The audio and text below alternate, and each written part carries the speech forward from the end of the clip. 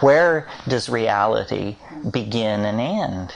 And how can we at this moment satisfy ourselves that we are not in some kind of solid state matrix of some sort? How can we satisfy ourselves that this is not itself a simulacrum? And the answer is you can't. We only assume it isn't because that's called Occam's razor. You all know what Occam's razor is, right? It's the idea that hypotheses should not be multiplied without necessity. The simple way of saying that is the simplest idea should always be preferred. But notice that this will lead you into deep error in most human situations. If you prefer the simplest explanation for what's going on, you'll never understand what's going on. I mean, you see two people and they're falling in love. If you assume they're falling in love because they like each other, you're probably missing the fact that one just inherited $10 million and the other is a rat. And, one was abused as a child and the other is able to manipulate people all over the map. So Occam's razor is fine in the formulation of physical theory, but it doesn't take us far in understanding human motivation. What the psychedelics seem to me to argue for is that reality is not reality. There may be no reality, but certainly this is not it. This is some kind of highly provisional, culturally sanctioned hallucination that we are all participating in. And whatever it is, it yields ultimately to non-entity. I mean, our realities are sustained by our being. And from looking at what happens to other people, we know that eventually you get laid into the cold, cold ground. And then what is your reality worth? So reality, whatever it is temporary and yields to non-existence. That seems to be the primary ground of being. Yeah, over here. Well, just in putting out something that's a question to be explored as the week goes on, I mean, I've had that experience of, quote-unquote reality being this very subjective thing. My question is, even if it's not real, how could we use that fact to create a reality that's more enjoyable? When it occurred to me was, you talked about these Amazonian tribes and how, what's happening on Wall Street isn't real there. Yet, at some point, that whole seemingly infinite forest could be cut out from under them because of what's happening on Wall Street.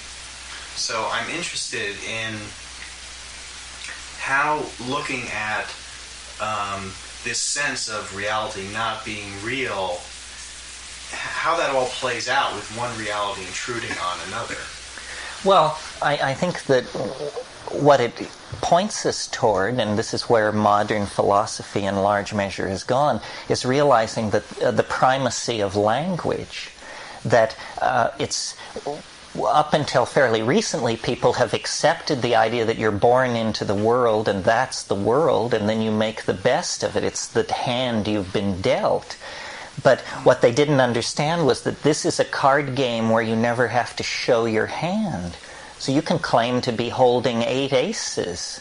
You can claim any damn thing you want. Reality is made out of language. Some people understand this and use it to bully the rest of us. I mean, we think, you have to show your cards, and they know that you just claim to have aces and 8s, and everybody gets out of your way. So as a culture, what we have to do is, and I'm definitely not big on this whole French thing, but nevertheless, there is something to be said for this deconstructionist method. We have to get down to the bedrock of reality, which appears to be words, meanings, and ideas, and then build back up from that. we can, otherwise what we get is the momentum of past error. We think of the people in the past as tremendously naive relative to ourselves, but it's their intellectual world that we're living in, because they thought up all this stuff. And then we are acting out the consequences of it. How can we take control of the reality-creating machinery and then direct it in a way we want to go? No culture on earth has ever done this, or even conceived of the ideas, so far as I can tell. There's a lot of fun poked at feminism for its preference for words like chairperson and stuff like that.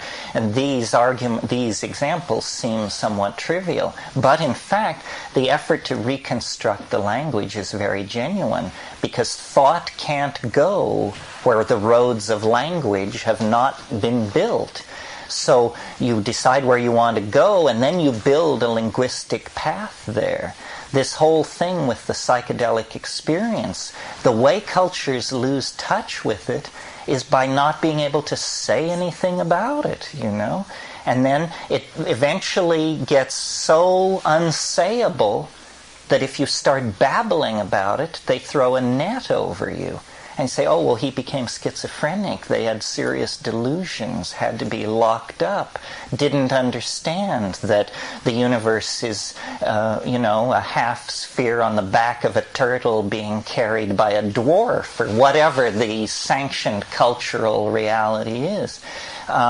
So our political dilemma and our cultural dilemma is a linguistic dilemma.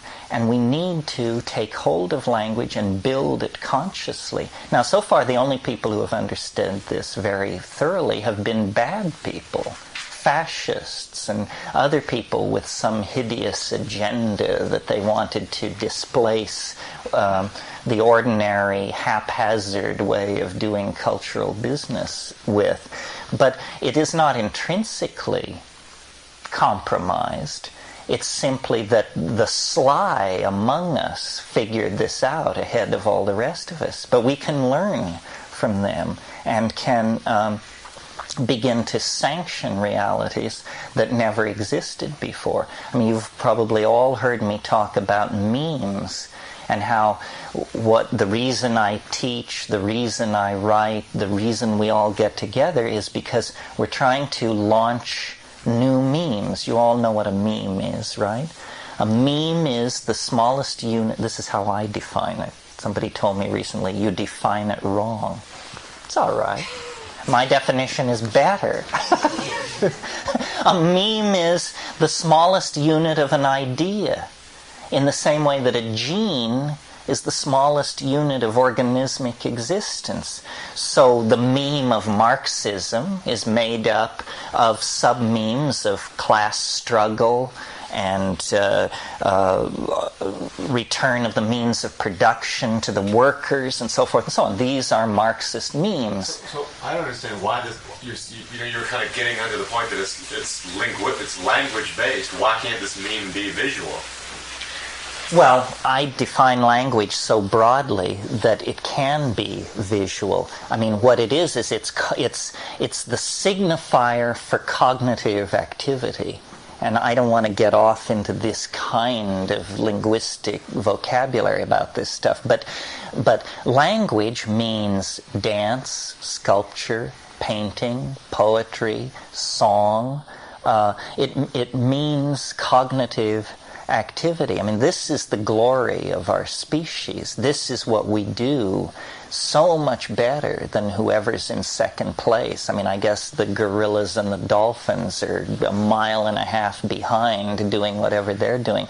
But I just don't buy the notion that there is any other species on this planet, with the possible exception of mushrooms, that is involved in this language-making enterprise in quite the way we are. And it's how we escaped the iron constraints of organic existence.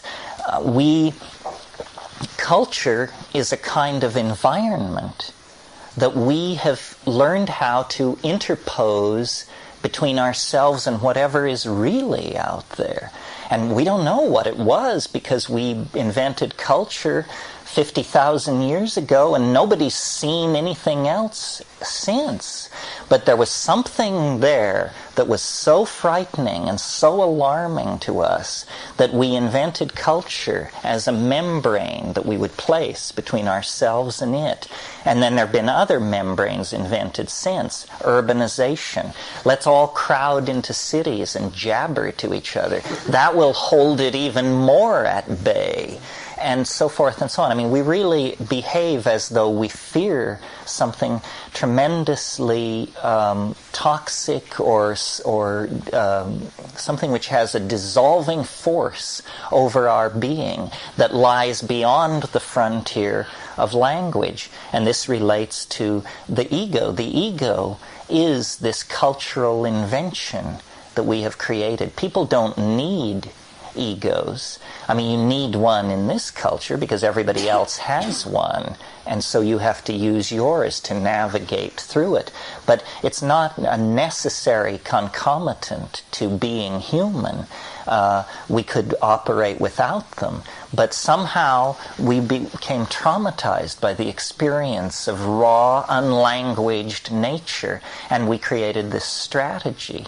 And it's no different than, some creatures create nests underground, and some creatures coat themselves in toxic slime. We also did that, by the way, because there's something that has to be held back and suppressed that's very alarming. It seems to me that you're, on one point you're saying that, we're way ahead of the dolphins because we've created this linguistic-based, thing.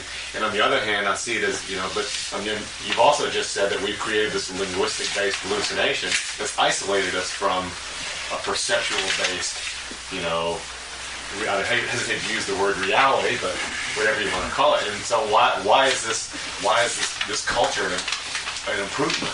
Well, I'm not saying it's an improvement. It's an experiment of some sort. No other creature ever took this particular tack. Now, evolution seems to have its own set of values. What evolution is seeking to maximize is expression of the individual genome. In other words, there are two ways that a species can be successful. It can either evolve into an unoccupied niche of some sort that it then can tenaciously take hold of, or it evolves strategies for generalizing its existence so that it can occupy all sorts of niches. And this is what we've done. And when you look at the two possibilities, you see that creatures which follow the maximize adaptation to a single niche strategy usually become blocked. Cockroaches are a good example. Evolutionarily, we could say that they are tremendously successful, but all they do is persist. They haven't modified or changed themselves in 150 million years. By your definition, if there's more cockroach genes out there than human genes, they're more successful than us. Well, not my definition, but the definition of biology, and cockroaches are always held up as this tremendously successful evolutionary adaptation. We have set out on a different course, and it's a course of continual redefinition. We can retool our culture very quickly. We have thrown away the mechanisms of genetic change and natural selection through modification of mutation, which was very, very slow, and apparently a random walk. It didn't have any kind of telos. But cultures can actually set up goals and move toward them. Very large and unlikely goals. Like the Third Reich, their decision that it would be a good idea to eliminate Jews from Central Europe. This is a crazy idea. It would never happen Nothing like that would ever happen in a situation of organic evolution. But in a situation of cultural evolution, the idea becomes the guiding image for the society, and then outrageous things are done, and the consequences of that are played out. I would like to think that that we have not escaped from the yoke, the controlling yoke of nature. In other words, we aren't off on some demonic tear where we are just like evil incarnate, but that actually nature requires a species such as ourselves to basically to harness energy. We are on a higher level doing what the mitochondria did in the abiotic oceans of the earth 1 billion years ago. We're energy storage and release mechanisms sanctioned by nature for some purpose which will be visible somewhere downstream in the flow of time, but which is opaque to us. For us, history seems a kind of a nightmare, but it must, I think, have a happy ending, or it would never have been allowed to happen in the first place. I just don't think that a monkey species had the wherewithal to evade the mechanisms of control and constraint that guide and direct everything on the planet. There is a purpose to history, and I don't want to go into it tonight, but as many of you know, I've spent a lot of time thinking about this, trying to figure out something good about the human race, something that can be said of us that will redeem the sins that we have visited upon the planet.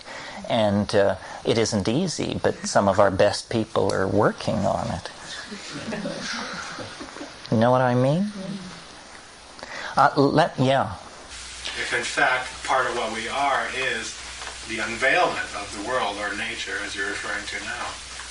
Well, maybe what's going on is that nature, you see, we as individuals can remember the past and model the future.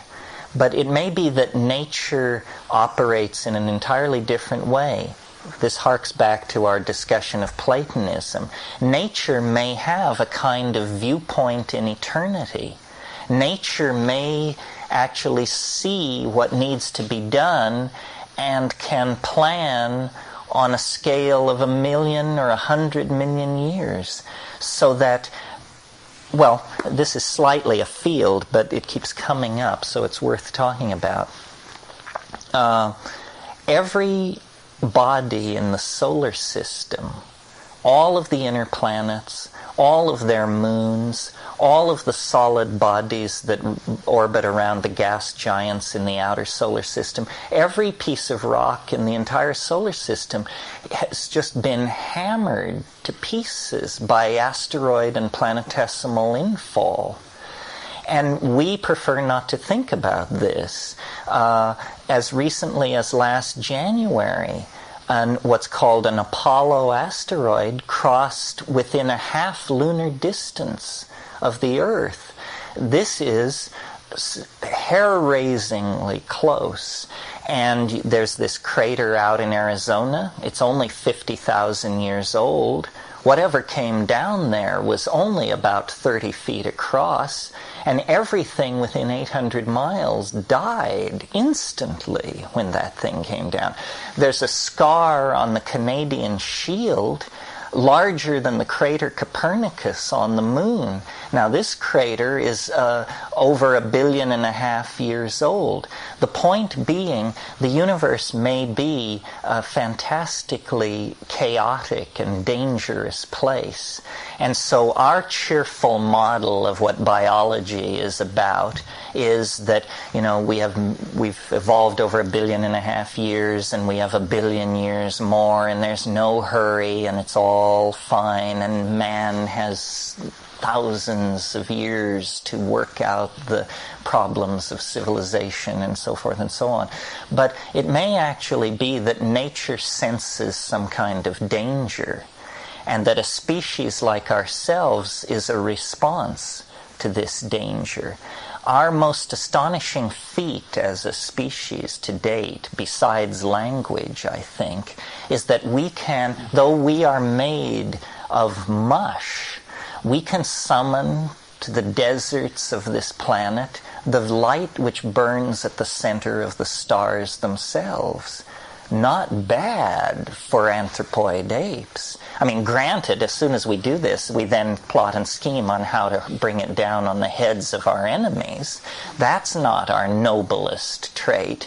But the fact that we could go into matter and wrest a secret like atomic fusion from it, and then carry that out, is astonishing. And it may be that history, which lasts in the technical phase 25,000 years, something like that. I mean, if you go back just 15,000 years, it's a pretty bare wire scene. So the whole thing is a wink of an eye, a geological instant from somebody getting the idea that you could flake flint off a core to the idea that you could send a starship to Zeta Reticuli, 25,000 years to do that. And so I think that we have a destiny, and probably our destiny is to save the planet. And, it would be the final irony if we spent a huge amount of time hammering on each other to get rid of nuclear weapons and stop cutting the rainforests and stuff like that. And then one of these planetesimals contacted the Earth and we all died instantly. This thing that passed by at a half-lunar distance in January, it was not detected until 5 days later. Had it actually impacted the Earth, you would never have known what hit you. This thing which killed the dinosaurs 65 million years ago, it raised a tidal wave 5 miles high that moved out from the impact point at 5 times the speed of sound. Can you picture a tidal wave 5 miles high moving at Mach 5? I mean, we're talking major smush here. And a good curl? Yeah, right. And the evidence is there that this happens, that these things are not rare, that it will happen again. I mean, if you take a long enough time span, they say it's a certainty. But Take it to the bank. But still the Earth survives. So when you say, do you know what I mean? It survived. This thing which killed the dinosaurs, nothing larger than a chicken walked away from it. On this planet, nothing larger than a chicken. Okay, so that's the bad news. The good news is the flowering plants evolved in the wake of that catastrophe. The mammals got their purchase. They were egg-stealing weasels up till that point. And then this opened up an opportunity for them to rush in and exfoliate all kinds of different forms. The Earth has faced outrageous crises in its history. At a very distant point in the history of the Earth, anaerobic life dominated the Earth. And then it began to produce oxygen as a toxic byproduct. Oxygen was as toxic to the early life forms on Earth as plutonium is to us. And yet, strategies were evolved, and this huge problem was gone around, and we then are the result of this. So, yes, there is finally no moral judgment. There's just, shit happens. That seems to be the rule. And then you can think it's good or bad or indifferent. But that's not the human point of view. The human point of view is that we have something very precious here that we want to conserve, that we want to carry through any conceivable catastrophe.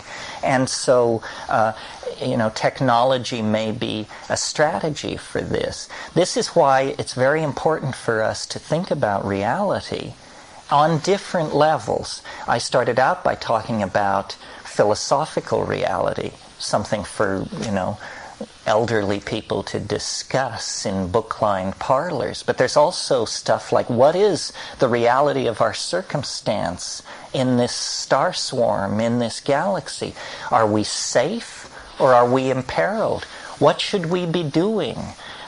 Is it okay should we be worrying about saving the rainforests, or is that preposterous in the light of what we're facing? And how can we know? What is to be done? The Tolstoyan question. What is to be done? You can't begin to answer that question until you have some notion of what reality is.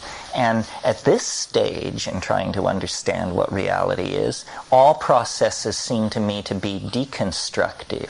We need to take apart our languages, our cultural assumptions, the geological history of this planet, the biological history, the astrophysical nature, the structures in which we're embedded in.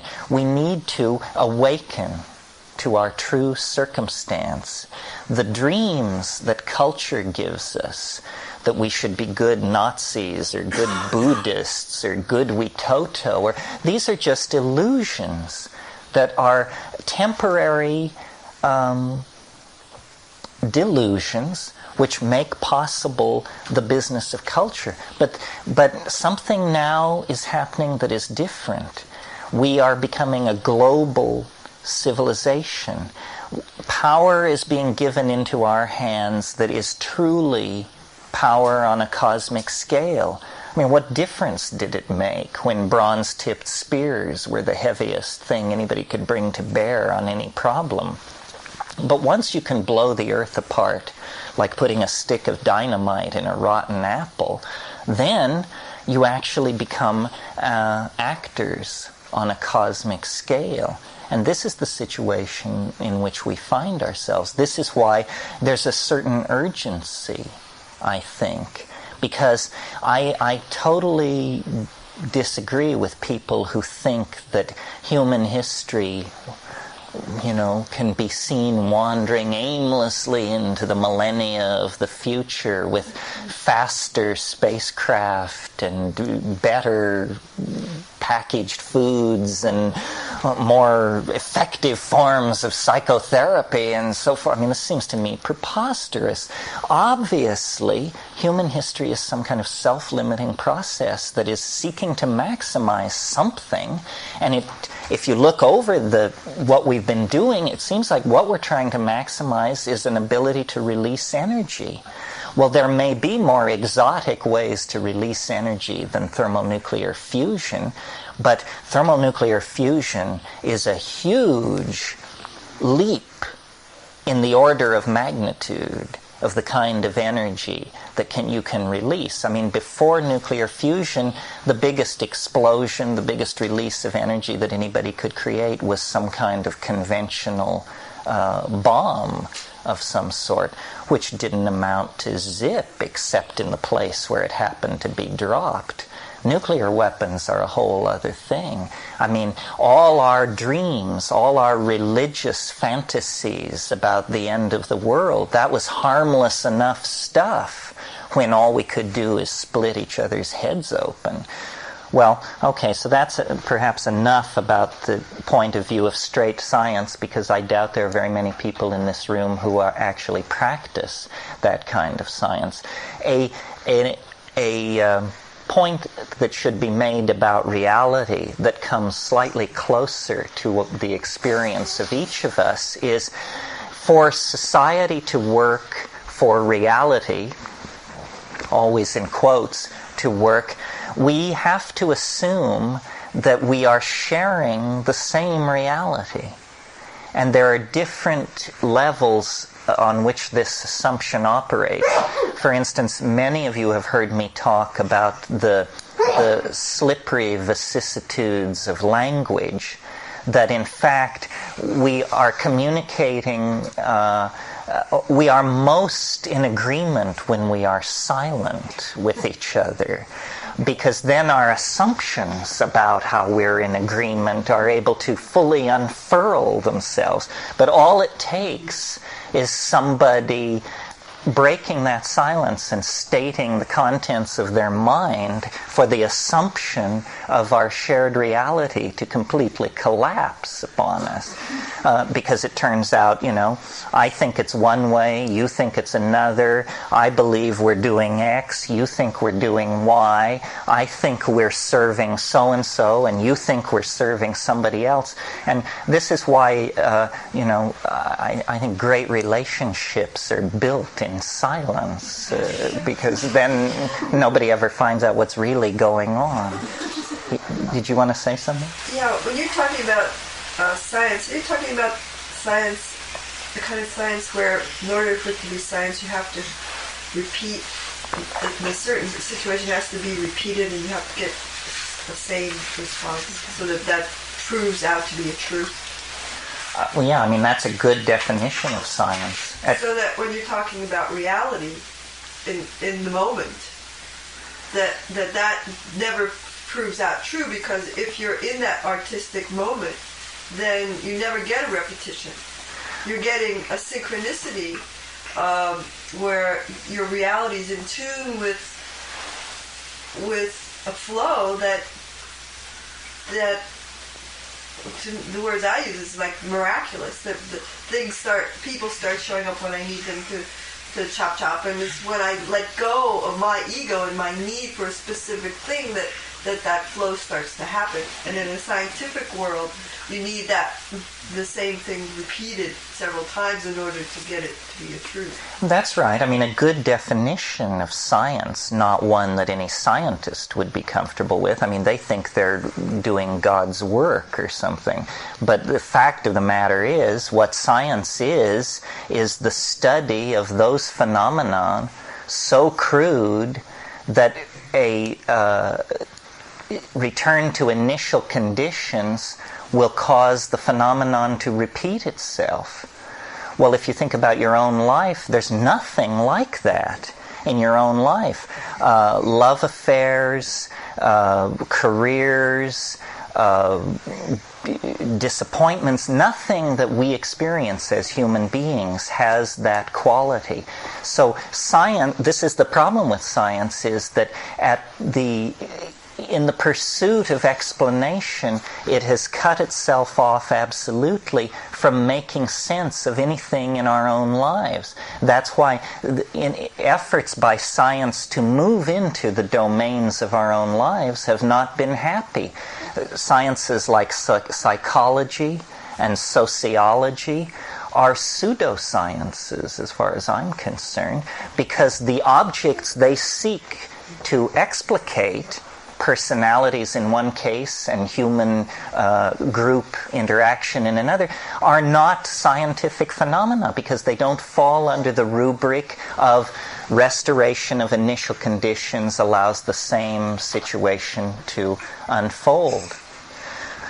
But I want to point out, go further than this. Well, first of all, let me say one more thing about that. Maybe what you just said is not quite true, because if you were able to provide the whole set of same initial conditions, which is impossible to provide, but if you were able to provide exactly the same circumstances, there is a chance that may happen. The problem is that you are not able to understand what all the initial conditions are. No, I think that since the invention of the probability calculus, that's not even believed anymore. In other words, the idea used to be that if you think of the universal history as a film, that if you ran it back to the beginning and then hit the start button again, everything will happen exactly like it happened before, and I will be born in poor but humble circumstances in a Colorado mining town, and it will.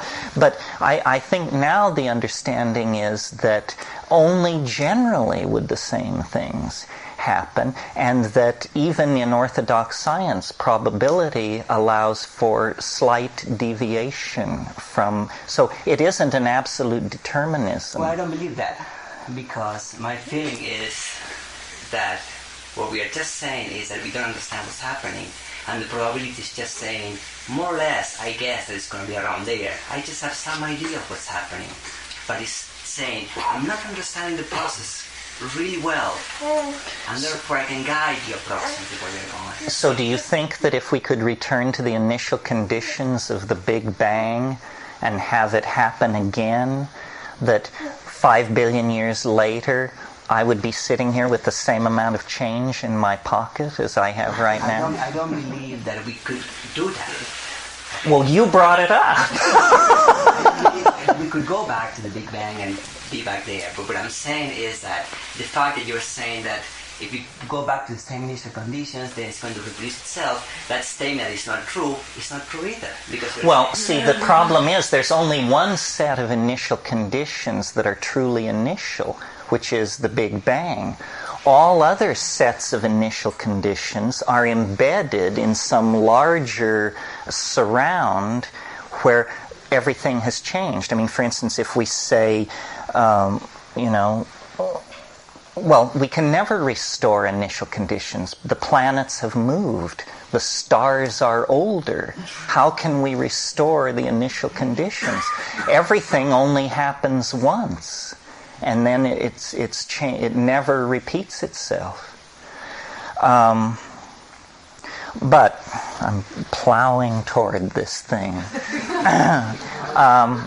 But I want to say one more thing. I'll subvert myself. That is, in order to do its work, science had to, and this happened with Descartes, it had to take the things that are most dear to us, colors, taste, feeling, tactility, and it defined those things as what it calls secondary qualities. Basically, this is a way of saying they're not important. None of that is important. And what is important are primary qualities: spin, velocity, angular momentum, charge. Strangely enough, things none of us have a very intuitive grasp of, nor do we ever encounter these things in any naked form. They're always embedded in matter. So science, in order to do its work, basically had to define the universe of feeling, emotionality, and immediacy as somehow peripheral, derivative, epiphenomenal, unimportant. And we all live with this legacy, unconsciously or consciously. We are the victims of this kind of denigration of what we intuitively feel to be important, which is immediate experience. And immediate experience is not an object for scientific inquiry. Never has been, never will be. I mean, these pseudosciences fiddle with it a little bit, but the first thing they do when they study, for instance, human behavior, is they don't study, they set up an experimental situation, which is not like any human behavior you've ever dealt with before, like either, looking at screens and pushing buttons or receiving electric shocks if you get right answers and stuff like that. I mean, how many times do we find ourselves in a situation where if we get a right answer, we avoid an electric shock? I mean, it's absurd. However, then, there is a further distancing from reality that takes place that is not to be laid at the feet of science, although to discuss it we have to use scientific terminology. And that is, it goes like this. We all assume that if we are... I just stated what a great thing silence was for building shared assumptions. So if we are all silent and we look around us in this room, we do tend to make the assumption that we all see the same thing, that we are all sharing the experience of the room. But when you analyze perception, you discover a very weird thing about perception. For instance, let's take the primary sense in human beings, which is sight. We trust our eyes. We believe that that our eyes tell us something about immediate reality. However, if you analyze what sight is, what seeing is, it's that light reflected off surfaces pours into a sensory organ and then is transduced through a series of neurological transforms into an interiorized model of the immediate surround.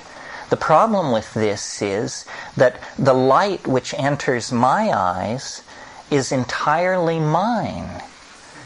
You don't get any of it. And the light which enters your eyes is entirely yours. Not a single photon is ever shared by two people. If it's my photon, it can't be yours, because photons can only be in a very discretely defined area of space, in this case in my retina. So everything I'm seeing is entirely opaque to you, hidden, occult, and everything you're seeing is entirely opaque and hidden to me. We are truly prisoners of our unique perception. So it's a miracle that we can build models where we get any sort of shared consensus out of it at all. Terence, may I say something? Sure. You're driving the tape editor mad. Because you can turn this around, because the twin photon experiment shows, in fact, that there's no way that a photon can be considered as an individual object. I mean, what the experiment demonstrates is that every photon fills the entire universe. Well, it demonstrates it by the fiat of a fishy formula, don't you think? No, I think it's well, why not? How do you explain the interference pattern? Well, I think that explaining it, it's not really explainable in the sense of, if you mean how do you reduce it to a linear logic, you don't. It's pretty mysterious. Yeah, well, it does come out of a linear. I mean, it ends up you have to assume that the photon goes through both slits, and you get the interference pattern as a linear superposition of the. So it is, in a sense, linear. But what I would argue is, since a photon is not a little particle, it's something else. I mean, at least one of its properties is that it fills the entire universe and can interfere. One could understand that we're all receiving, in fact, the same photon. Every photon that goes in my eye goes in everybody else's. Well, but when you say it fills the entire universe, it fills some parts of the universe much more than others. That's the probability. Yes, and that's what gives it its particulate nature, is that it tends, it is technically everywhere, but it's only technically everywhere. In any practical sense, whenever we carry out a measurement on it, and seeing is a kind of collapse of this quantum vector, then it appears to be particulate. That's absolutely right. We've only ever observed photons as particular, but the effects we observe, like the interference pattern, is not particulate. You can't explain it in terms of... That's right. So even though that photon that goes through your eyes mostly goes through yours, and only a little bit goes through mine, you can't ignore the bit that goes through mine, because there are lots and lots of examples of quantum... But don't you think that the experiments which prove this kind of thing are depend on such a vast chain of assumptions that the experiment itself becomes highly questionable? I mean, first of all, the first assumption that's made that is absolutely outside the realm of proof is that mathematics has something to say about reality. And we could actually have spent the entire evening on this, except that it probably would clear the room of all but the most hardcore. But no one has ever shown why operations with numbers, which are, after all, entities only met with in the confines of the minds of anthropoid apes, should somehow have this overwhelming relationship to reality. What is the relationship of mathematics to what we call reality?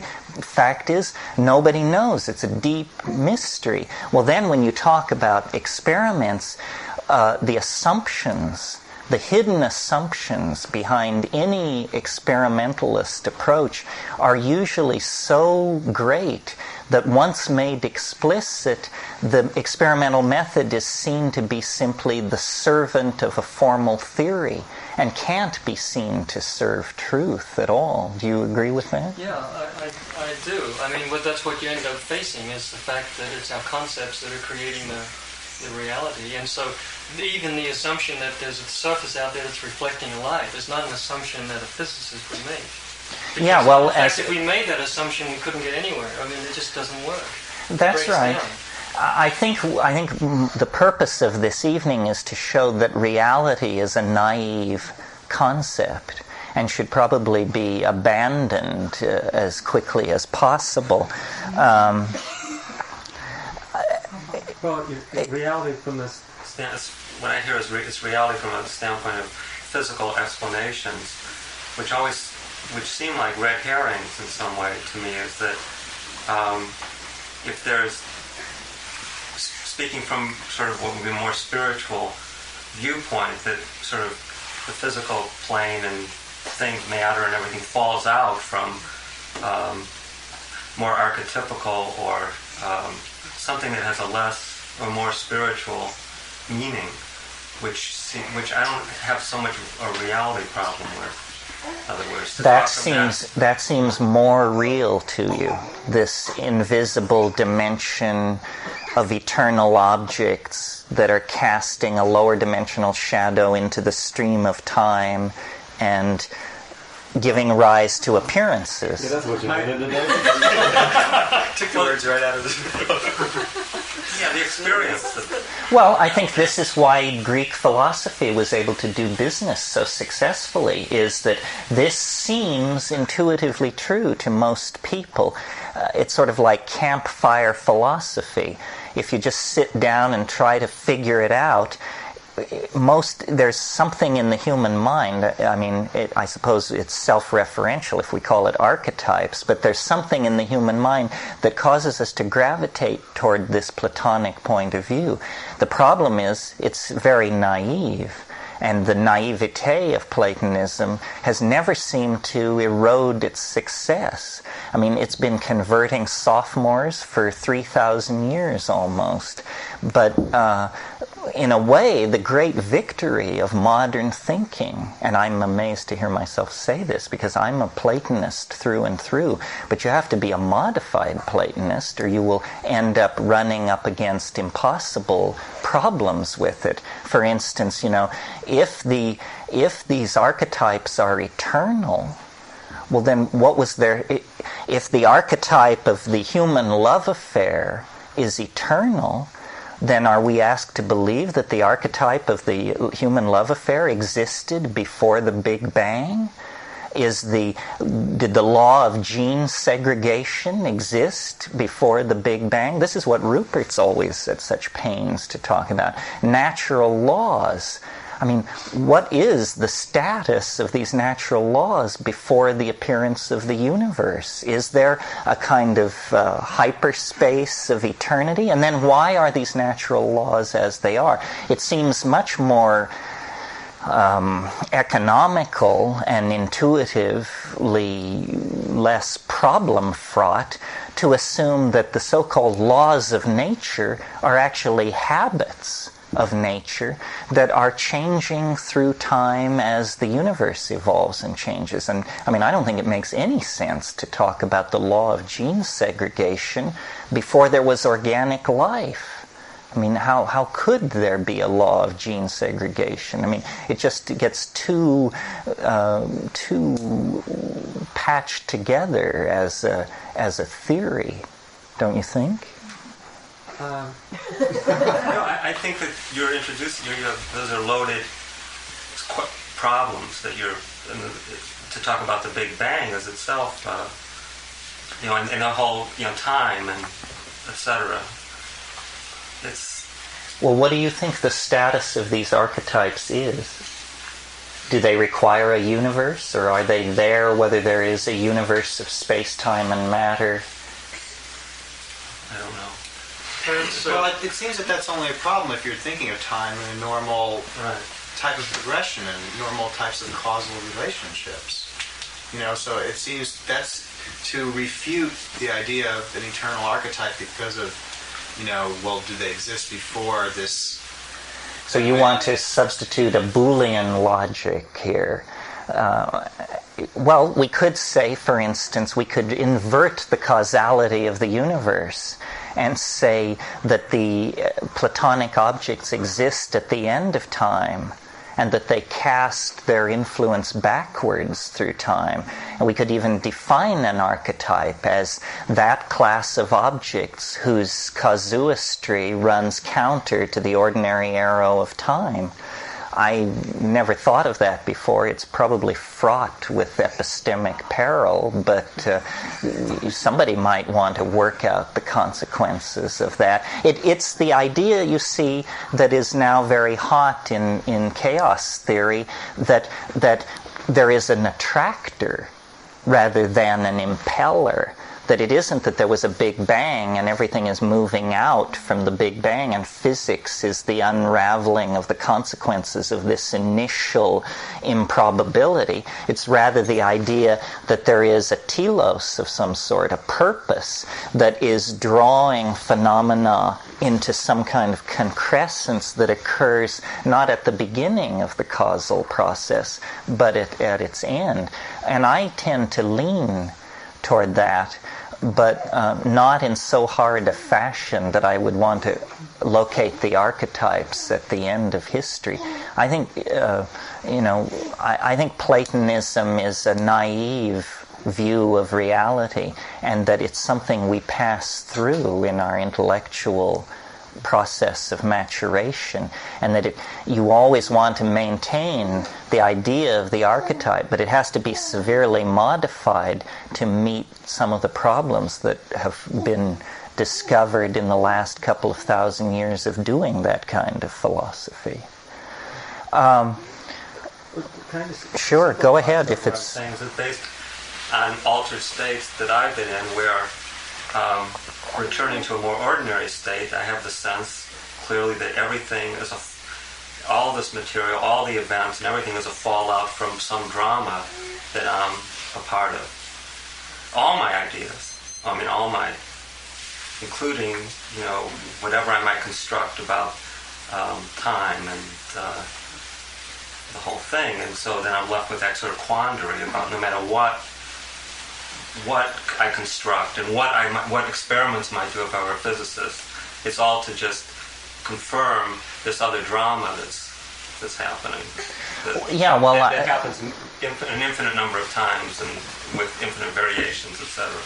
Sort of the point that I would like to make is that is the point you're making, that reality is, if explored at all, if stressed, if pushed, it breaks apart. The concept isn't viable. The first thing to realize is, where is it writ large that anthropoid apes should be able to reach the bedrock of reality? Why should we imagine that beings like ourselves are somehow divinely charged with the opportunity to perceive the truth of the matter? This is what modern philosophy has come to understand. This is why Wittgenstein could come up with the notion of what he called true enough. That's a much more reasonable approach to things. I mean, after all, we're monkeys. And so what we need is models that are true enough, and leave God alone in his or her heaven and just work with the things that are rationally apprehendable to us. You mention altered states. And I think if it weren't for altered states, our epistemic naivete would be much greater, because we could all just fall into the culturally sanctioned hallucination that this is in fact reality. But we all know from experiencing altered states that this is just some kind of agreed upon, socially sanctioned construct that when you lean against it with drugs or philosophy or insight, it breaks up under the pressure of that. What we really are, what we call reality, is in fact nothing more than a culturally sanctioned and linguistically reinforced hallucination of some sort. And we can go outside of that hallucination, either by using drugs or physical practices like yoga, or simply by going outside of our reality. I mean, when you go to an Amazon tribe, all these things that you think are so important, you know, how the giants are doing, or what's happening on Wall Street, or how the Democrats are getting their act together. Nobody knows what in the world you're talking about. It is literally not real. And what's real is, how the fish are spawning in the river and honey production that year. They have their own culturally sanctioned hallucination. Well, then when you take psychedelic drugs, you seem to dissolve the software of neurological processing, and language is that software that has been created to handle certain kinds of cultural modalities. Well, then you penetrate beyond the screen, if you want to use a computer metaphor, and instead you discover there's assembly language in the machine, and it's deep in the machine and is rarely encountered except by hackers. I mean, that's what you're doing when you're taking psychedelic drugs, is you're opening the cabinet. You're going into the machinery, all those areas where it says the warranty will be voided if you remove this plate. Those are the plates that you're unscrewing and poking inside of, voiding the warranty on your model of reality. And we don't know to what degree this can go on. I recently was approached by the publishers Underwood Miller, and they asked me, some of you may know the science fiction writer Philip K. Dick. He came in the last 5 years of his life to believe that he was, in a sense, trapped inside one of his own novels, and he was the master of the parallel universe novel. He worked this theme so many ways. I mean, he was brilliant at it. And he underwent a series of experiences that we can't really judge. I mean, it's too facile to call it a psychotic break. And he spent the last 10 years of his life trying to understand what was happening to himself. And he reached the conclusion that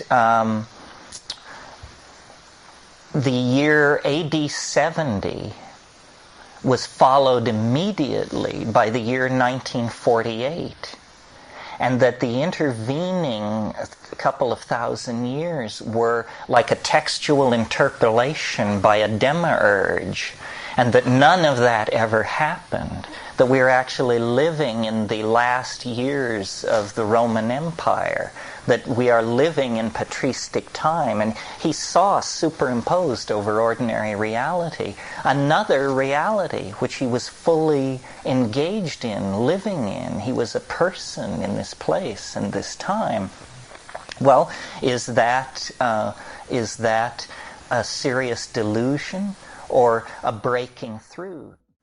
Something that occurs to me as you're talking that might be interesting to pursue a little bit is at Esalen we're just starting an arts program, and in fact tomorrow we're having an auction for a dance platform. And I've heard you say that you think that the arts, creativity is sort of the answer. And so that might be a topic for comment, at least, of something about what you have to say about the arts and how the arts are going to be an answer. You mean, how can doing art save the world? Yeah. Or a smaller version of that. Oh no, we always go to the top of the... If it doesn't save the world, why bother even discussing it? It's sort of the... Yeah, well, it's an interesting question. I mean, in a nutshell, and I'll go back to it, but the reason I think it's so important is because when we grapple with the problems that are, many and complex around us, the tendency is to go for rational solution. But you might bear in mind that the consequences of rational solutions are what we are dealing with at the present. Rationalism has been the dominant paradigm for problem solving for about 500 years, and it has led us deeper and deeper into contradiction, resource mismanagement, dehumanization, misperception of each other, so forth and so on. That's why, in a way, I think that the art reflex is more important because, or more efficacious, because if we act from the point of view of wanting to create art, what we're really saying is that reality has outrun apprehension. We can no longer make rational sense out of reality, so the ego is set aside and the logos or the muse is invoked, and then we produce art, and almost the distinguishing characteristic of great art is that it not be fully comprehensible to its creator. So we then act as agents of the logos when we create art, and the art that is created is then put out into the cultural environment of meaning, and is then subject to a kind of natural selection similar to the kind of natural selection that goes on in in an environment where biological species are competing. The shorthand way of saying this is the best idea will win, but it won't win unless it competes. You can't win the race unless you run the race. So rather than beating our brains against the end of history, trying to create rational solutions to what is essentially an irrational situation in the first place, it would be, I think, much better to become servants of the logos, servants of the Gaian mind, and then to let the chips fall where they may. Let the selective pressures of intellectual history sort out among the many options, and those that are important will come to the fore. Does that get it as a brief pass? Why it's important?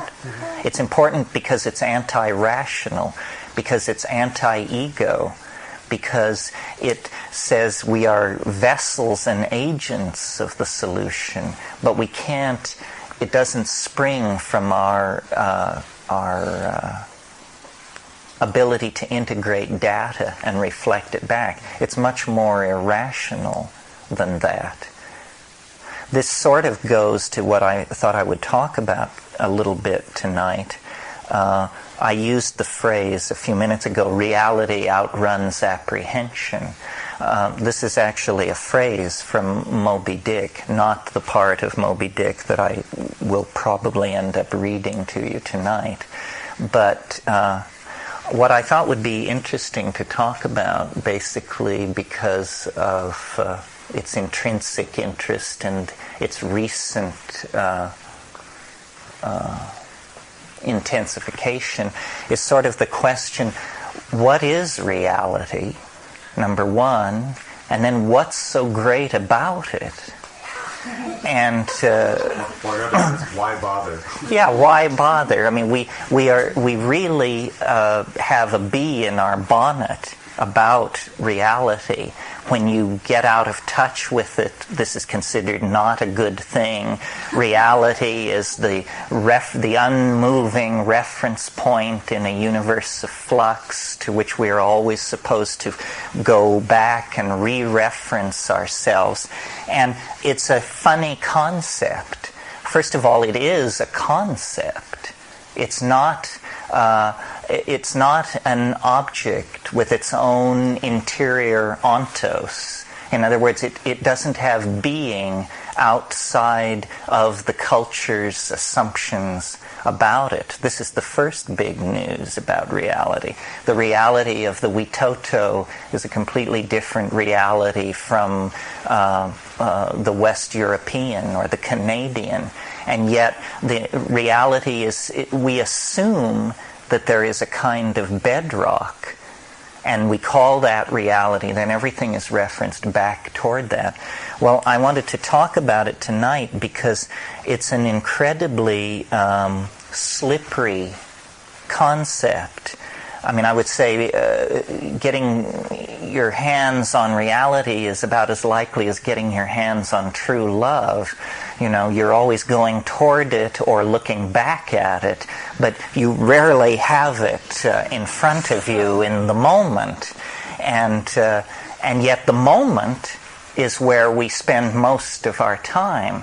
So we're kind of run ragged by the nostalgia for something we never knew, is what it almost comes down to.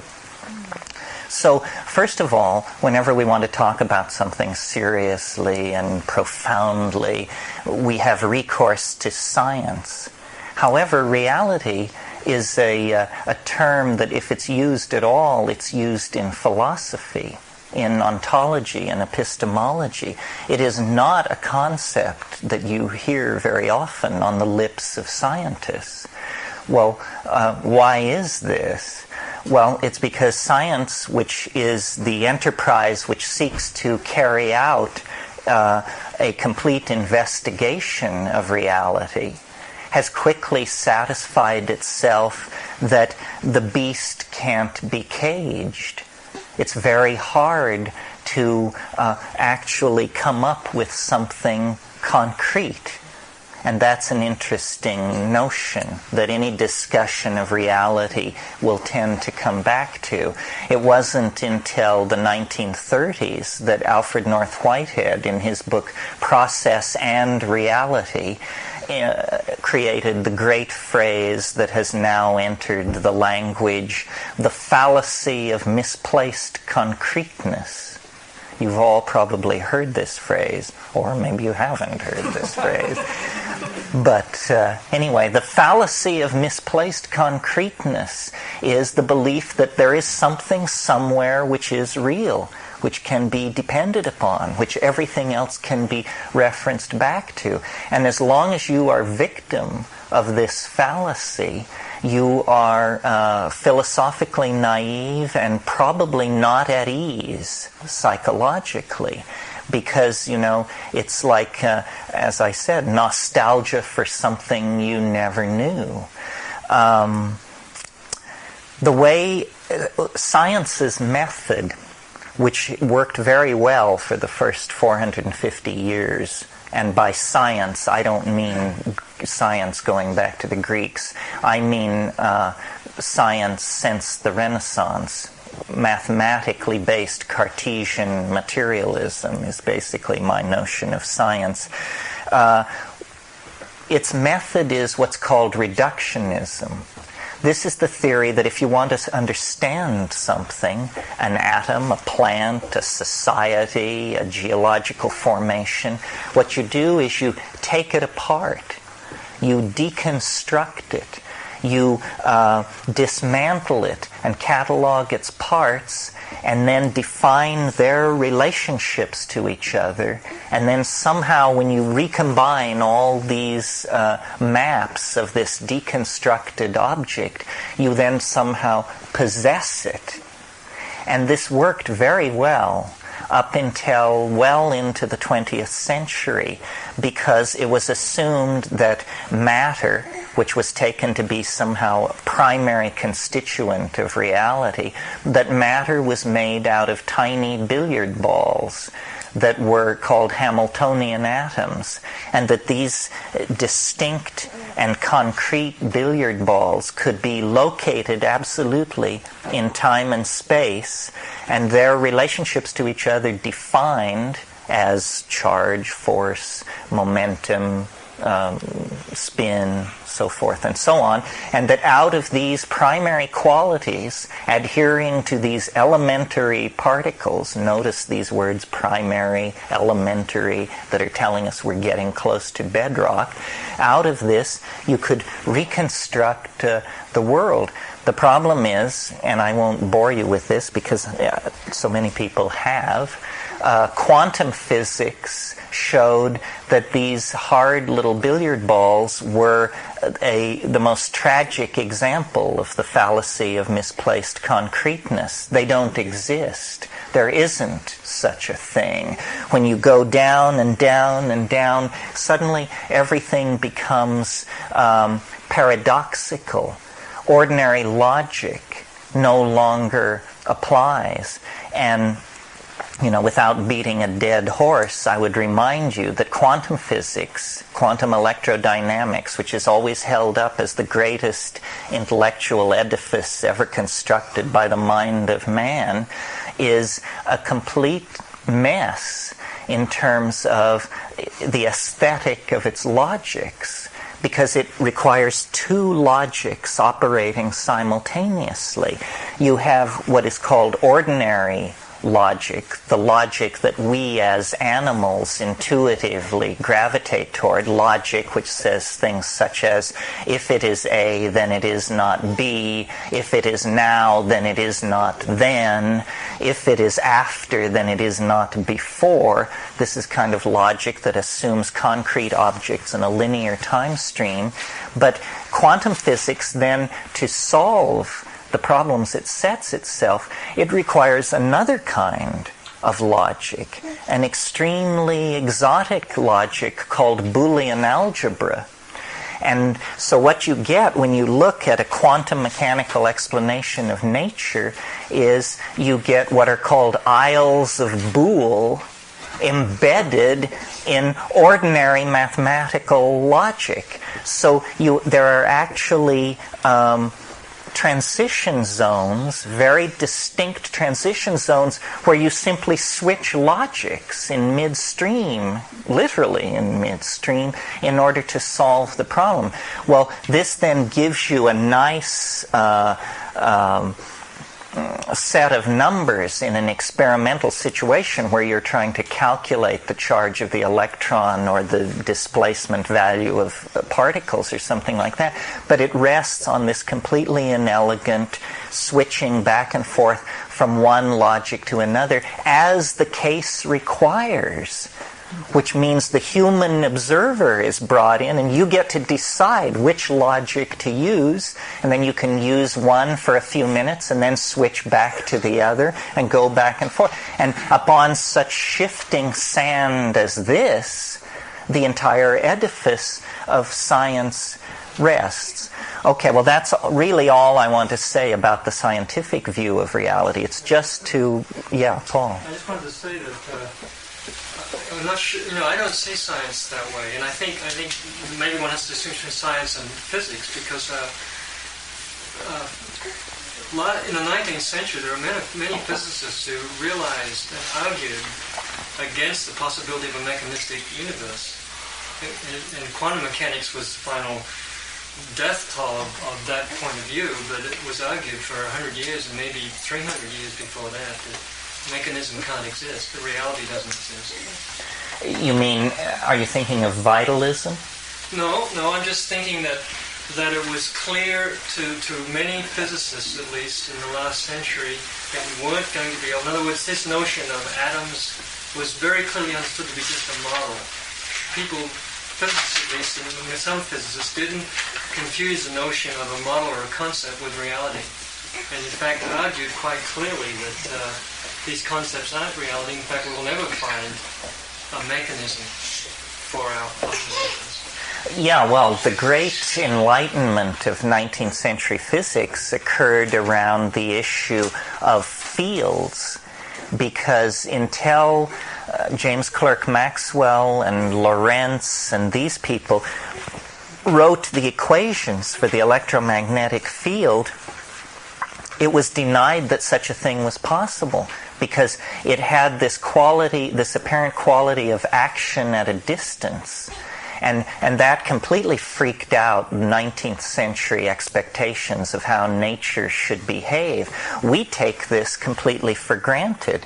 I mean, there's a radio sitting in this cabinet that we could flip on, and if we weren't in such a benighted geographical situation, we could hear hundreds of AM and FM radio stations. Well, those are wave mechanical systems that are filling this room, that are invisible to ordinary perception. To the 19th century mind, this was completely occult and astonishing. We take it for granted. Marshall McLuhan at one point suggested that the worldwide electrification of the planet through the spread of radio and television and electrical systems was actually the descent of the Holy Ghost into history, that electricity was the Holy Ghost to control and to understand, because we can do it. We don't need the second coming of Christ. We don't need divine intervention to destroy this planet. We can do it well enough on our own, thank you. So a huge responsibility evolves upon people within the global culture to try and come to terms with what is possible and what is to be done. And I think we have to doubt everything that we're told. All the ideology that we have inherited served a different kind of world. I mean, don't forget that as recently as 100 years ago, people believed that the earth was created on September 15th, 4004 BC. I mean, the steam engine was the most powerful form of technology that existed. In the last 100 years, we have gone more than half of the distance that we've traveled in the last 50,000 years. And you can actually begin to see the outlines of what it's all about. As caretakers of the earth, as caretakers of intelligence, because this is all the intelligence that we know of, we must, in fact, come to terms with what is being asked of us. What is it that we are supposed to be doing? How can we rationally order our societies to maximize the values that we inherently and intrinsically feel to be worth saving? You mean why? Causes to create culture. Why did we fall into history? Why did we create culture? What were we afraid of? What were we afraid of? What were we afraid of? I've been reading Camille Paglia, and she says it's the You rascal. Oh. Well, you know what she says. Oh, I know what she says, yes. So the chaos, the underworld, that quality, the violence of nature, the disorder. Well, I think what happened, and you've all heard me talk about it in operational terms, that we were as embedded in nature as the fox and the leafcutter ant and the polar bear until 100,000 years ago, or something like that. And then this ability to signify, it has something to do with our relationship to shamanism and psychedelic drugs. You see, when you look at primates of all types, going clear back to squirrel monkeys, you always get male dominance. Male dominance was not invented in the Middle East 3,000 years ago. Squirrel monkeys have alpha male primates, and anthropoid apes. All of the primates have this problem. But I really believe that we temporarily overcame it. about from, let's say, 25,000 years ago to 10,000 years ago, we temporarily overcame the tendency for male dominance to occur as a natural part of our being social animals. And this happened because shamanism evolved as an institution which relied on psychoactive plants to dissolve the male ego. And it's not only, I mean, we don't have to call it the male ego, that just polarizes and genderizes the thing. It's the ego. The ego is this strange transference of loyalty from the group to the self, the individual body. And then we call that the self. The reason this, so that psychedelic shamanism, specifically the use of psilocybin on the plains of Africa, was like a chemical inoculation against the formation of ego. And under the influence of psychedelic compounds, we evolved language and social roles and rudimentary agriculture, nomadism, all of these things. But then the psychedelic substances which made this possible began to become less and less available. This is simply because of climatic change in Africa. You see, the Sahara, what is now the Sahara Desert, was a veldt of grassland throughout prehistory. As late as Roman times, the Roman historian Pliny referred to North Africa as the breadbasket of Rome. It means that climatologically it was entirely different. And in that African theater, we emerged out of animal organization and into a world of language, cognition, ritual, ceremony, so forth and so on. And it was a style of psychedelic shamanism complexed with an orgiastic religious style. Now, the reason this is important, this orgiastic style, is because it makes it impossible to trace lines, lines of male paternity. Women know who their children are because they see their children come out of their bodies. But men couldn't know that. And so all values were group values.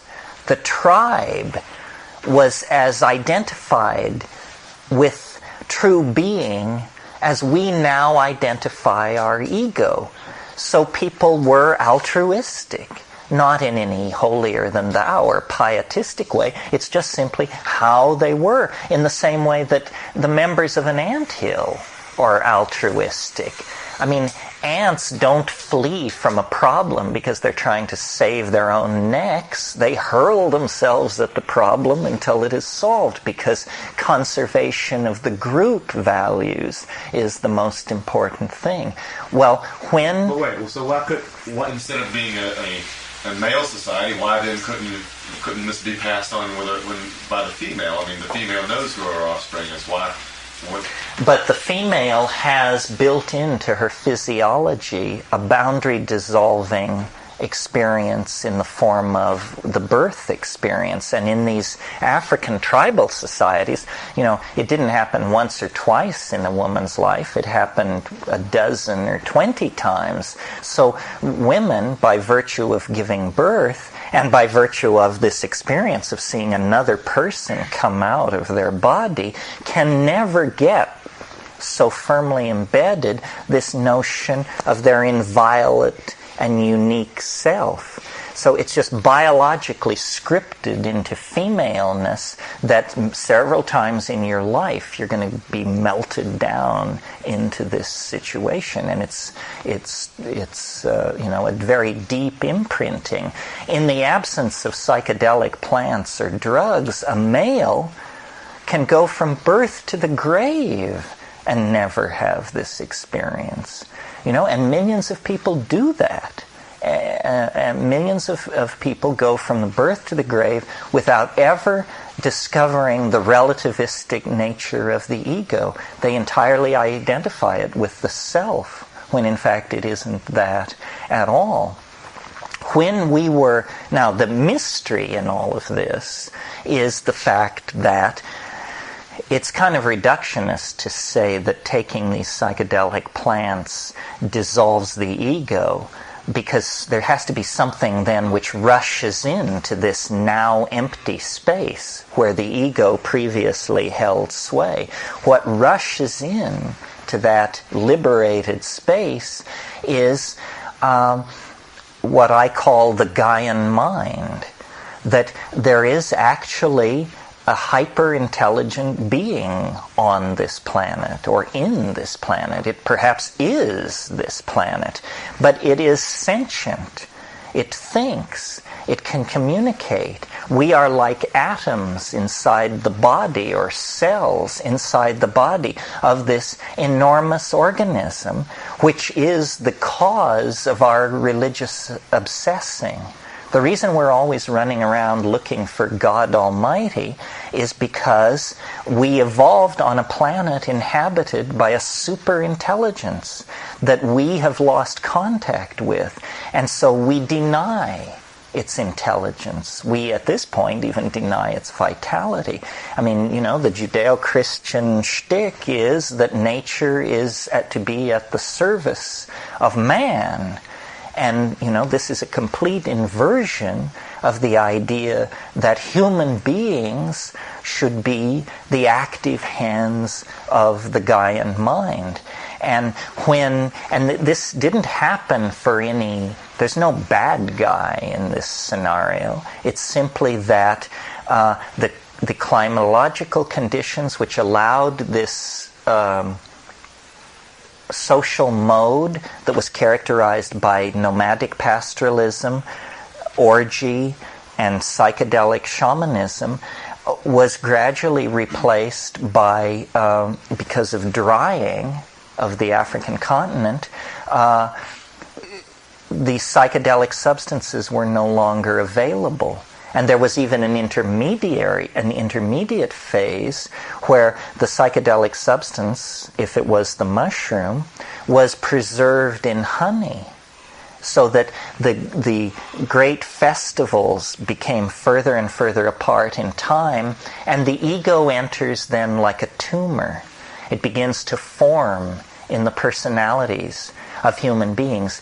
If you're engaging in psychedelic intoxication and orgy at every full moon, there is no chance for the ego to get a hold. I mean, it's just an aberration that everybody jumps on and is gotten rid of.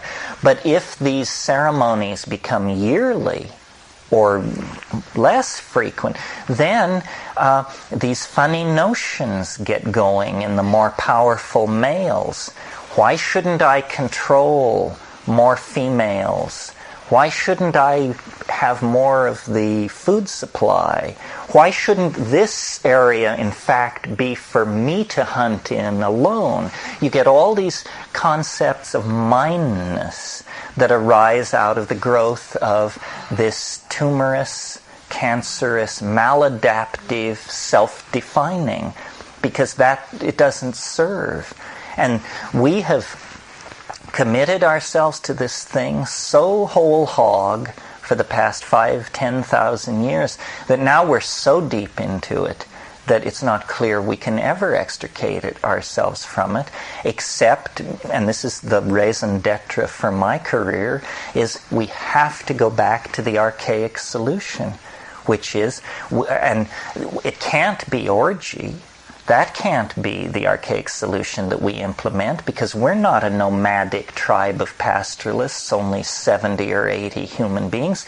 We're a global culture of 5 billion people. If we tried to resuscitate lunar orgies, we'd have a wave of social and sexually transmitted diseases that would probably finish us once and for all.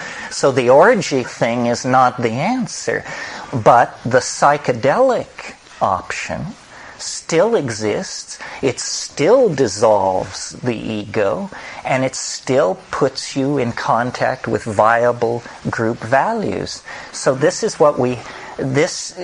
perhaps an answer. And I don't advocate it because I think it's a sure thing. I advocate it because I think it's the only game in town. Hell, if hortatory beating on people could have worked, then we would have solved all our problems thousands of years ago, because Buddha and Christ and all these other people, they had the right idea. It's just that ideas don't cut the mustard. It has to be an experience, a real experience.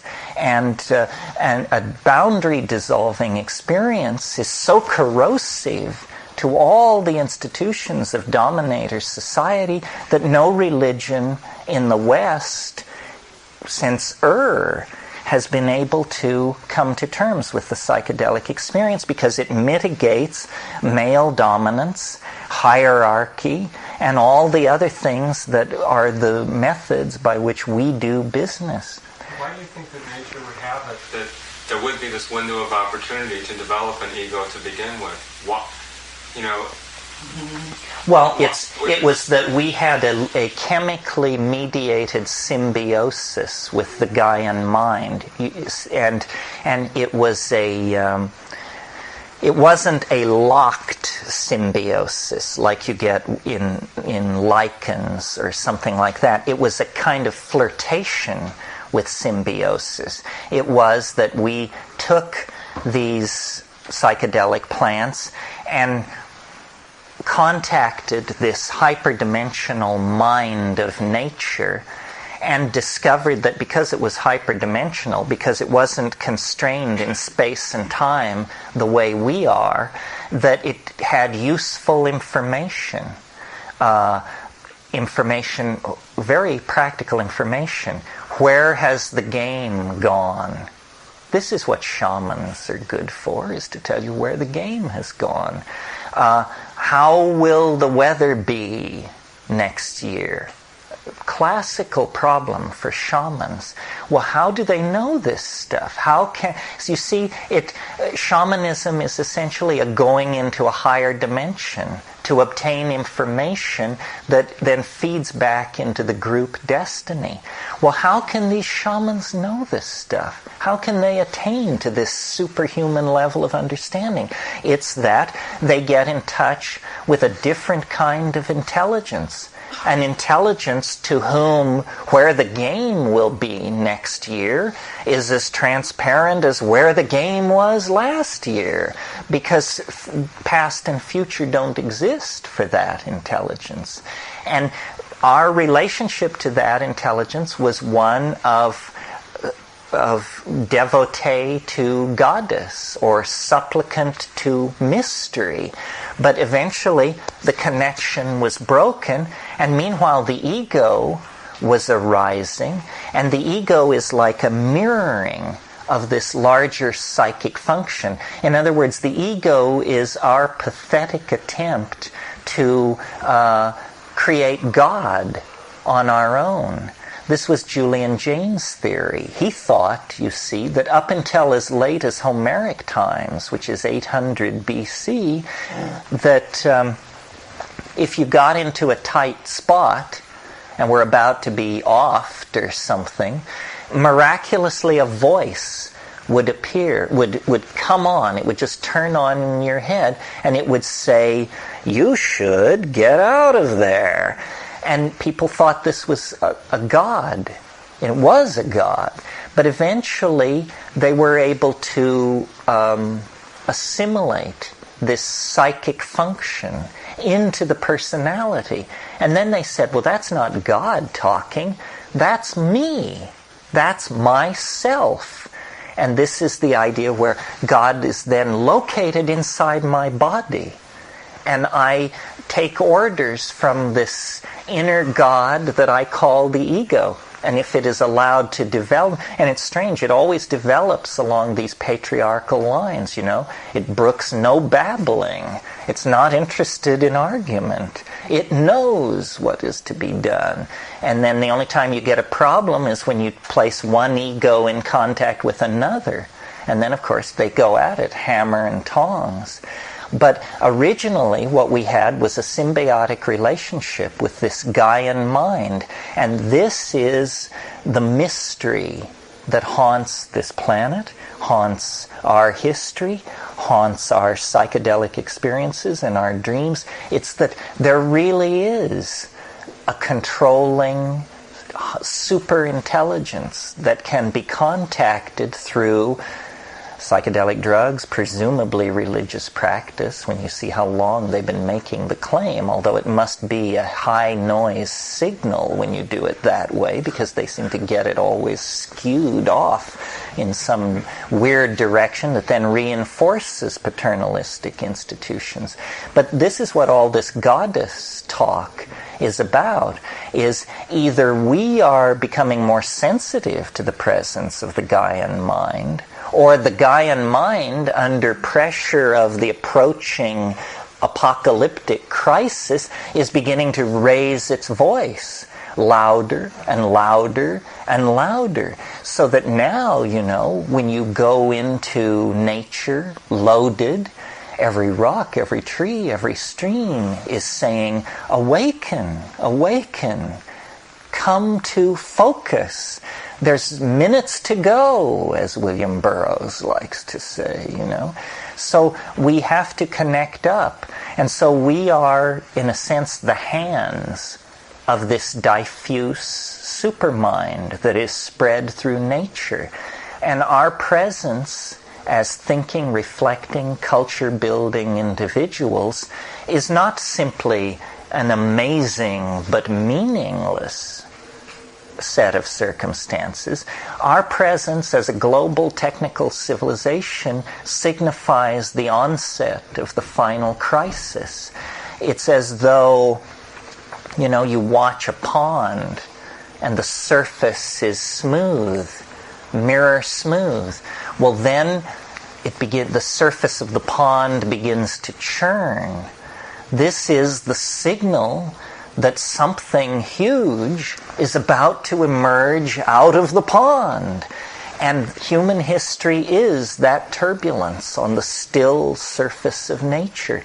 Nature would never have allowed a phenomenon like human history to get going were it not in response to a deeply felt planetary crisis that is approaching at ever-accelerating speed. And I have enough faith in nature to believe that when the moment finally is upon us, we'll be ready. But the tools are being laid up right now. The ultimate tools, not the prototype tools. The bow and arrow, that was a prototype. The catapult, that was a prototype. The B-17, that was a prototype. But thermonuclear tipped intercontinental ballistic missiles, this is not the prototype. This is the actual instrument by which you could save a planet as well as destroy it, because you're at last dealing on the level of energies necessary to make those kinds of changes. And I think the evidence is all around us that the historical mode cannot persist. It can't. Just draw all the curves. Output of petroleum distillates, output of energy, population growth, proliferation of weapons. When you draw all of these curves, they can't be propagated 500 years into the future. Sometime in the next 50 years, we're going to have to make or break what history was all about. And the arising of global culture, the arising of an integrated electronic awareness, high-speed computational machinery, tremendously powerful weapons, spacecraft, all of this stuff looks to me like the raw material for a salvational exercise. And notice that it's not only a way to save the planet, it's in a sense a way to save not only ourselves, but to save our ancestors as well. This, if we can act in a moment of great crisis to preserve the planet from ruination, we will redeem human history. Then it all makes sense. The pogroms, the migrations, the brutality, the stupidity, it was all toward a purpose, and then somehow those lives that were lost in those pogroms and invasions and migrations and so forth are given meaning. A meaning which they will totally not have if we simply blow the planet apart and wreck nature and ruin the oceans and blow off the atmosphere. Then it just looks like a tale told by an idiot, full of sound and fury that signifies nothing. So it's as though the meaning itself is in our hands. What shall we make of this? Is it just, as James Joyce said, atoms and ifs? Or is there a plan, a process, a plot, and a role for us that will give us some dignity in this situation, which otherwise, up to this point, as far as I can see, we totally lack. I mean, it's all very well to spend an afternoon wandering around the Louvre, but on the other hand, spend the next day wandering around the slums of Calcutta, and you just really have to wonder about what the human enterprise is about. Now I will read you this little quote from Moby Dick, which sort of gets to some of this. Are you all familiar with Moby Dick? Are any of you familiar with Moby Dick? You should be. I mean, this is the greatest work of prose ever written by an American without contest, I think.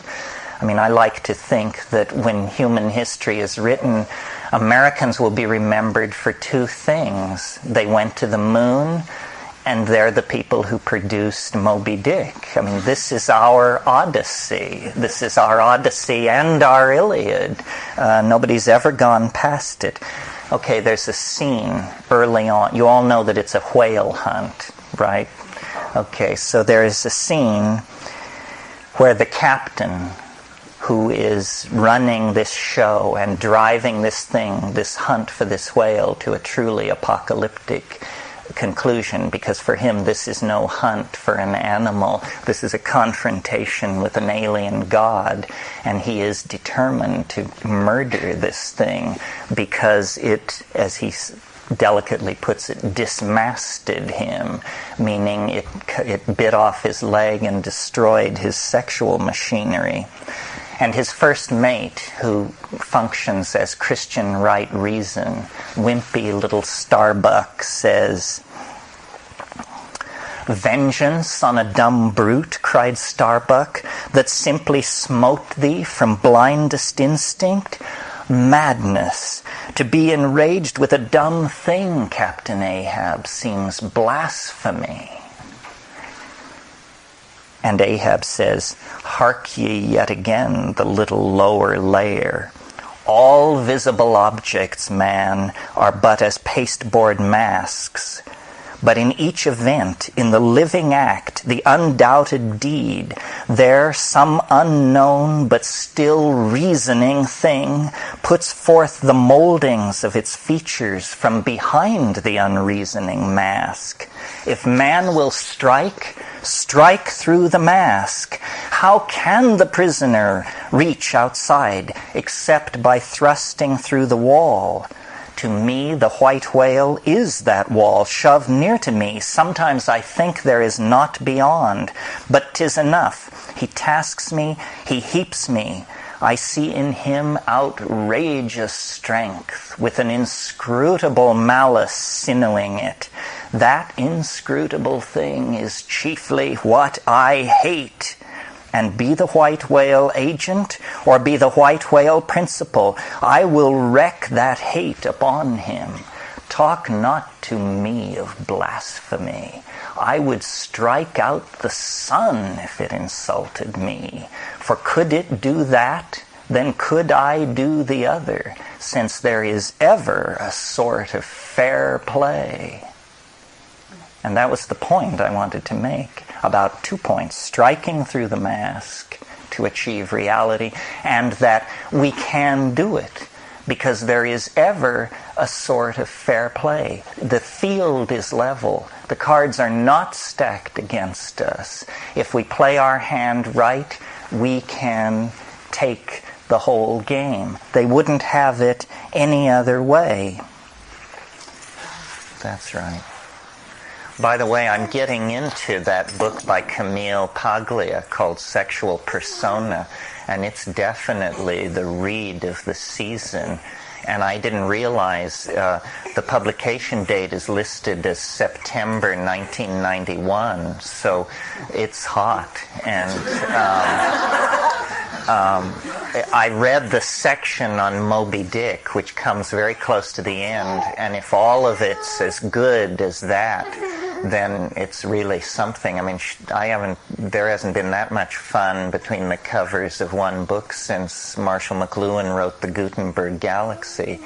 So, if you think of yourself as a feminist, an art historian, a literary critic, an egghead, all these things, she's just outrageous. I think we have to get her here as fast as possible, because she's really freewheeling and makes a lot of people mad, which is always a good sign, I think.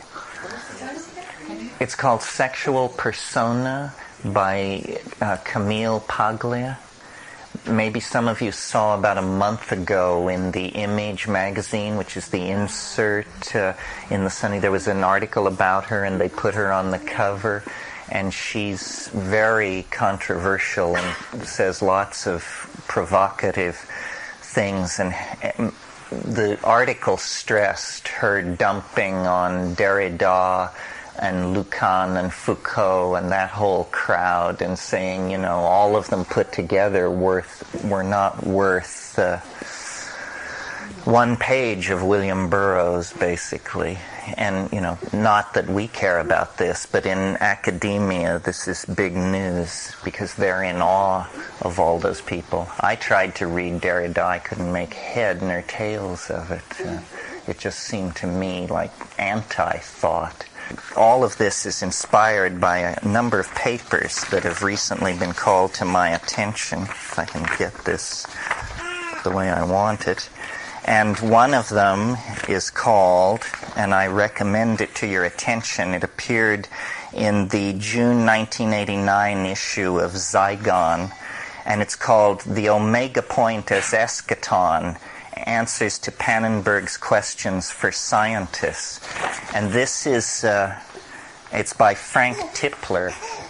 And this is a very interesting article which tries to argue for the reality of Christian eschatological hermeneutics in the light of information theory, and actually makes a number of points that I thought I would be alone in making for my entire life, and now I see that I'm actually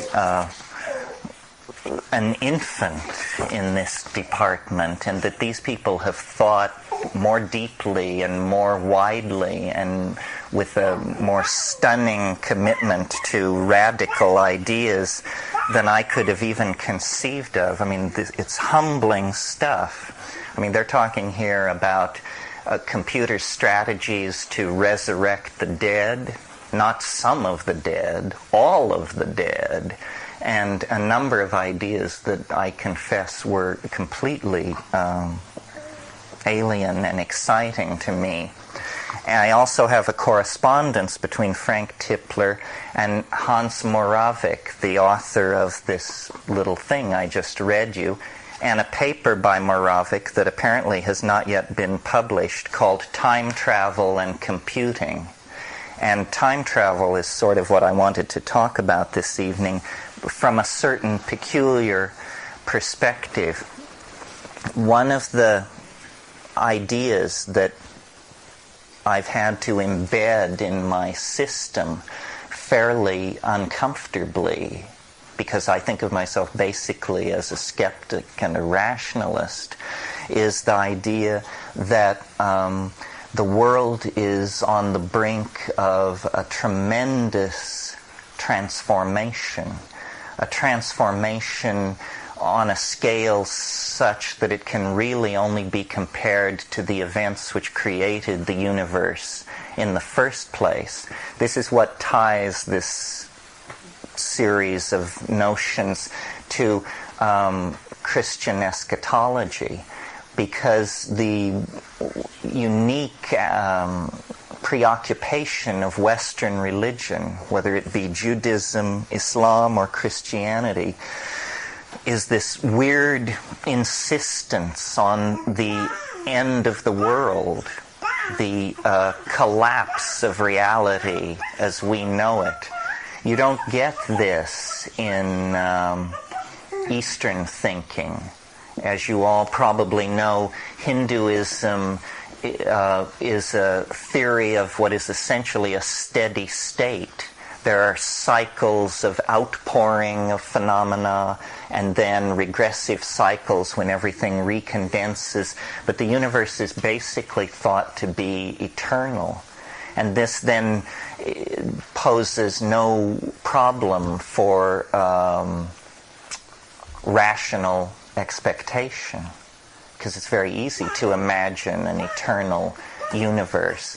In Christianity, to preserve the rationality of expectation, the eschatological event, I guess I should explain that term. All these ESCH words, eschaton, eschatological, so forth and so on, mean we're referencing the final things.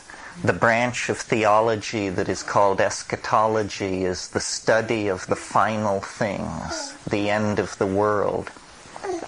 And the way Christianity has handled it to preserve rationality, at least superficially, is by setting it far, far in the future.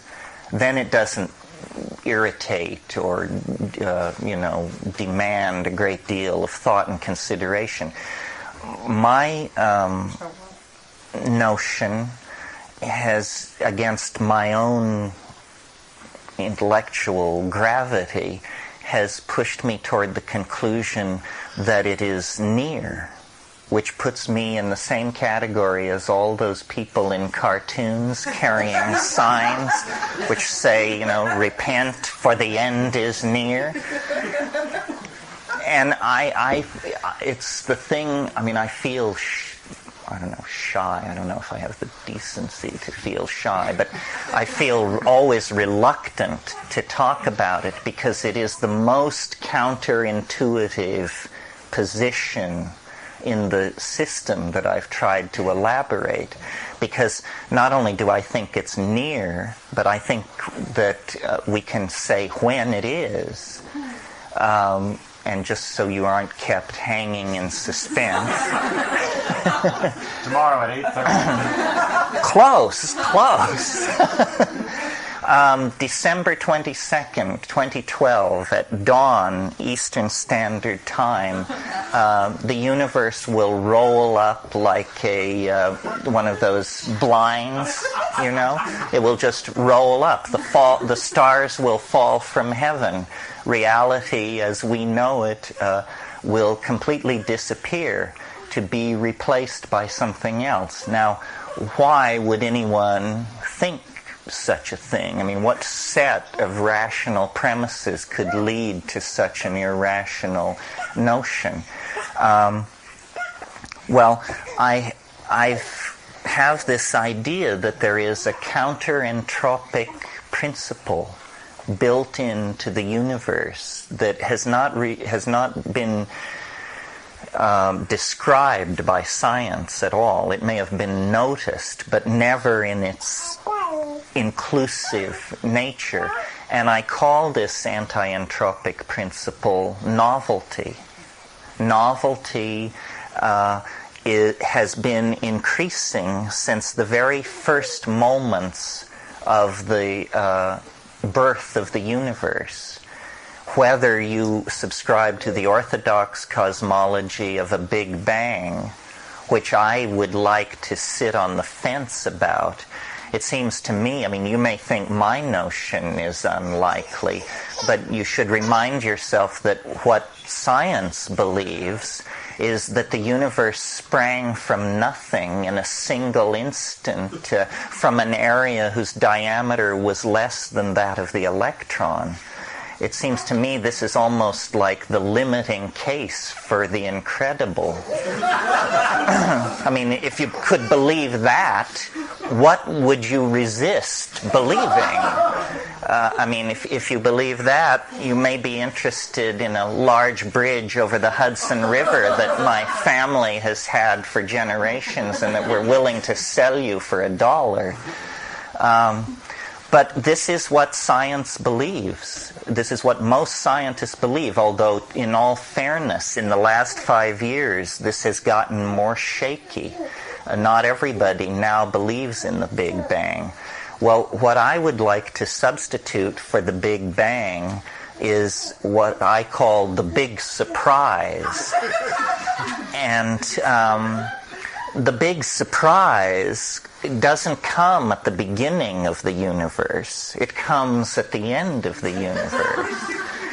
Which seems to me, you know, if you want to, the battle of the singularities, orthodox science says the entire universe sprang from a tiny area in a single instant. The notion that it sprang from pure nothingness. It sprang from a point-like dimension that was, so far as we can tell, utterly without any quality whatsoever. This seems to me the least likely environment in which to seek a singularity. I mean, how can we imagine, unless we call upon God Almighty, a perturbation in a flawless nothingness that would usher into, 10 high 47 particles of many types streaming outward, symmetry breaks, so forth and so on. It seems to me that all cosmological myths require a singularity of some sort, but some singularities are more likely than others. And so in my notion, and I call it my notion because so many people have told me I'm completely welcome to it. In my notion, the place to look for a singularity is in the most complicated circumstances imaginable. Not an unflawed emptiness, but a world where you have atomic chemistry, polymer chemistry, organic chemistry, advanced animals and plants, languages, cultures, technologies, information coding and regurgitation systems. In other words, the more complexity that you can pile into a situation, the more likely you're going to get what is called an emergent property, or a singularity, or the big surprise. And so, as I look back at the history of the universe, over any scale you care to name, the last 5 years, the last 500 years, the last 500 million years, the last 5 billion years, there is a generality which seems to hold, which is complexity, once come into existence, is retained and folded back into the interstices of being to produce yet more complexity. This is linked, and at least appears linked, to the cooling of the universe. At the Big Bang, the temperature of the universe was trillions of degrees, and there was there wasn't even atomic chemistry. There was just a plasma of electrons. And then after some time, measured in nanoseconds, the temperature of the universe fell sufficiently so that stable orbits could be established around atomic nuclei, and then you have the emergence of simple inorganic chemistry. Well, then after a further fall in temperature and much longer period of time, you get the thermal disruption of chemical bonds falls below the limit where you can get complex molecular structures. And then a whole new set of emergent properties building on the levels which preceded until finally you get the birth of stars. And that is basically huge lumps of condensed hydrogen, the simplest of all elements. The hydrogen aggregates into stars in such amounts that tremendous pressures are set up at the center of these hydrogen masses, sufficient pressures for fusion to begin to take place, and fusion cooks out iron and other heavy elements, including carbon, and carbon then becomes the key to the next level of emergent complexity, and from there to us it's only a series of these declensions. But what's interesting about these declensions